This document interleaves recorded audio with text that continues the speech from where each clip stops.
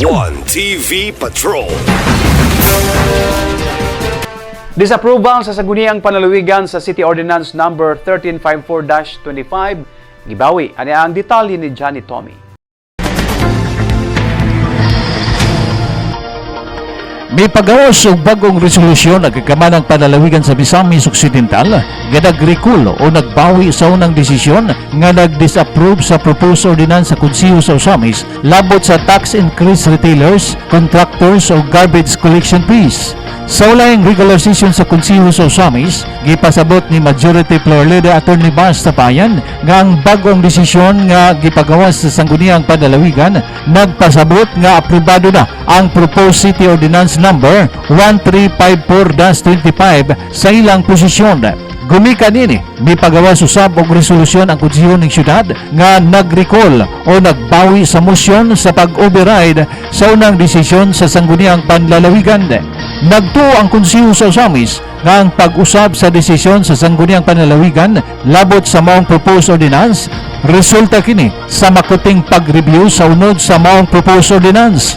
Gipasalamatan sa Konseho ang ulahing desisyon sa sangguniang panlalawigan o possible nga sa dili madugay makapakanaog na og pinal nga desisyon ang Konseho alang sa third and final reading. Hugot nga gibarugan sa Konseho nga ang pagmugna sa Mount Balaudnon nakasunod gayud sa Local Government Code of 1991, nakasunod sa lagda sa Revised Omnibus Revenue Code of 2013 og ang pagpahibalo og pagkuha sa sentimento sa mga respondent nga mao ang mga local business sector ning syudad atol sa public hearing. Honorable Sir, all is well that ends well.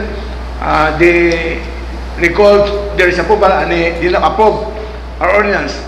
So, in this light, I also would like to move because our resolution, we enacted the resolution last week, overriding this approval. Since they now approved our ordinance, have been recalled the resolution of disapproving it, I move the motion to also recall our resolution overriding the ordinance because it has become more than academic and serves the purpose at all because our ordinance was already approved by Supreme Legal Ordinance. So I move the motion to recall our resolution overriding the disapproval of Supreme Legal Ordinance number